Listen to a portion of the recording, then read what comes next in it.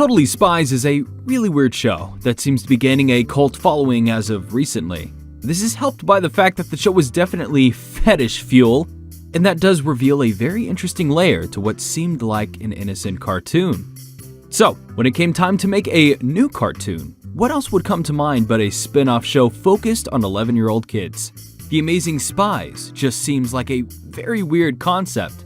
I mean, I know there are instances where we get something we never asked for, but realize it's what we wanted. But I don't think anyone asked for or wanted a Totally Spies spin-off, especially one like this. So, with the rather odd reputation of the first series, let's see if the spin-off can deliver upon the expectations of Totally Spies' very confused fanbase.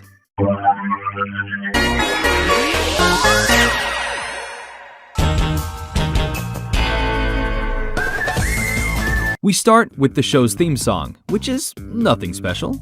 However, one thing I'd like to talk about is the show's aesthetic.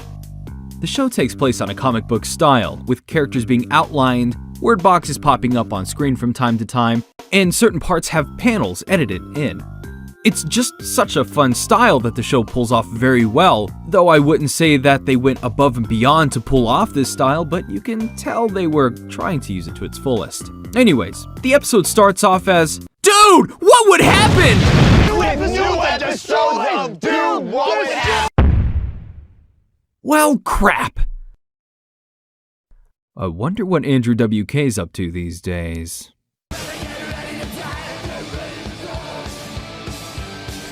Back at the episode, we see that Tokyo is under attack by an invisible monster, and our heroes come in with their own super jet, and I gotta say for spies, they aren't the most secretive. In that case, it's time for a stealthy maneuver of our own. Yeah, so stealthy, guys! You can hardly hear us over the sound from our jets! We see that the monster is just a short Japanese schoolgirl, and I'm finding it hard to believe that she caused this much damage when her only power is turning invisible. One of the spies decides to tackle her only to get tossed off the bridge. Somehow the monster got away, and none of them act like it's a problem. They don't even mention that she got away, they just accept it and move on without even bringing it up. The kids then rush off to school, where one of the spies starts to complain about being small and weak. And yeah, you all know where this subplot is going to go, so I'll save you the details. Although, this leads to a moment in the episode that I just find particularly hilarious. I don't know why I find it so funny, but there's a part that always cracks me up. Heads up! Sorry about that, little guy. Hope I didn't hurt you too bad. Maybe it's the line delivery. I don't know. It's just funny to me. After some more in-school subplot, we cut to the kids chatting at their lockers as they get called in for a mission. Their mission is to investigate the disappearance of some missing kids, and they get suited up with gadgets. First up is the grab-and-go invertible baseball glove. Here, that's See No Evil contact lenses. Next, we have the amazing levitating propeller hat. Finally, we have the bubblegum bomb in cherry cola flavor. Self-explanatory. Why would they need bombs and anti-mind control devices to investigate a missing kid case? I mean, we all know they will become important later on, but they seem very unneeded for a mission just like this. Is this really the time for playing video games? Playing games? I'm driving the van! Okay, we've just arrived at Evans. They arrive at the victim's house, where they discover that there are several burn marks in the kid's bedroom. And one of the spies finds a pack of trading cards, which apparently they felt the need to take it in as a clue, despite it feeling very unimportant with the kid's room has been burned. Seems like that should be where the crime investigation skills come in. Also, before they leave the crime scene, I'm sure it's nothing important, so the short spy leaves to do some training. Huh. We cut back to the other spies as they try connecting the dots between the missing kids and the trading card pack they found, revealing that all of the missing kids were champions at the card game. So, they use the postal code on the package the trading cards came in and head off to its location. Oh yeah, sure, take the super jet. Why bother taking the silent and natural van when you can take the plane that everyone in a 10-mile radius could hear? We cut back to the short spy. I'm sure it's nothing. We cut back to the Super Jets as the spies arrive to just an ordinary house. With them being super secret and elusive spies, there's only one way they could sneak into this house. Oh yeah! Smooth like butter! After drilling into the house, they discover a secret lab, which was used to create trading cards that altered people's DNA when they touched them, giving them superpowers. After this discovery, our villain is revealed from the shadows. Hi, I'm Jimmy, the greatest, most winningest adventure card player on the planet. Yeah, no, let's be real and give him a proper gamer name. So, Dabbing Kaiba 420's plan was to send all of the world's top players these packs of cards to give them all superpowers, to get rid of the competition, so he's the last player remaining. Okay, a few problems with this.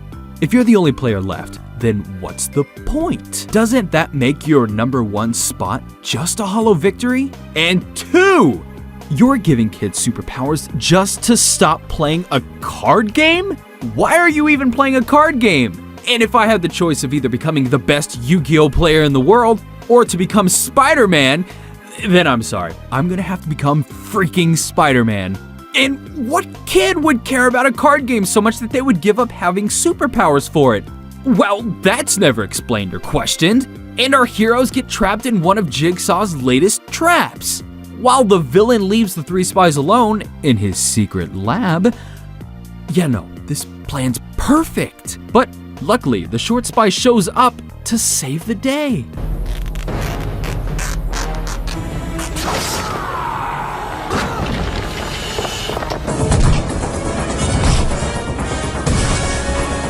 Okay, that might be the problem.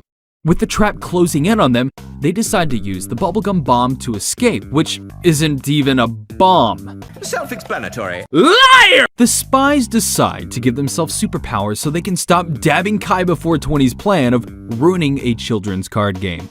I was born to play Gravity Girl.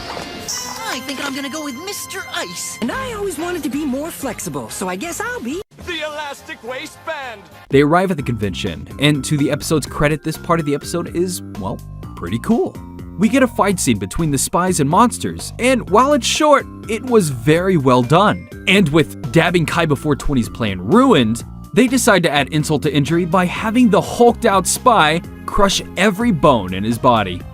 The day is saved, and everyone gets turned back to normal with no loose ends whatsoever. Well, besides the fact that Jimmy had sent hundreds of kids those card packs and we only saw 2 of the kids, but with the history of these 2010 action shows, I doubt this series will go on long enough to make an episode that ties up that loose end. And that was the Amazing Spies. It was an overall okay episode, but my question is, why did it need to be a Totally Spies spin-off show? It could have been its own original show and no one would have questioned it. What's worse is that the characters don't even act like spies most of the time. They're always out in the open and using the loudest and most noticeable methods of getting stuff done. And I do have a running theory that this show was originally meant to be a superhero show. I mean, you have the comic book aesthetic, and the first episode deals with superpowers. Honestly, that would make more sense than calling it a Totally Spies spin-off, but here we are. Also, can I just say that this review may have been one of the more tiresome reviews I have ever done? Writing this script for this review was just terrible, and I debated not finishing it on several occasions.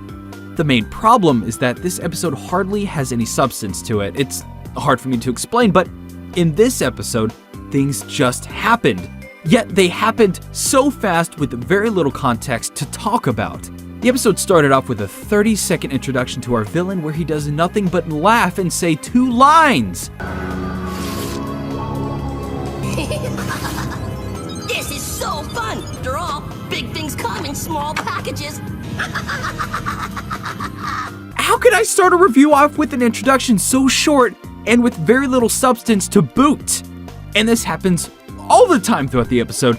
There's a lot of jokes I wanted to make, but I had to cut them because I just couldn't properly write it in as they gave nothing to go off of. And here's one of the jokes. I just had to get into the review, even if it killed me. Anyway, I hope you guys enjoyed the review as it was a real trial for me to finish. Anyways, thank you all for watching. Be sure to subscribe to help support the content we make, and we'll see you in the next review.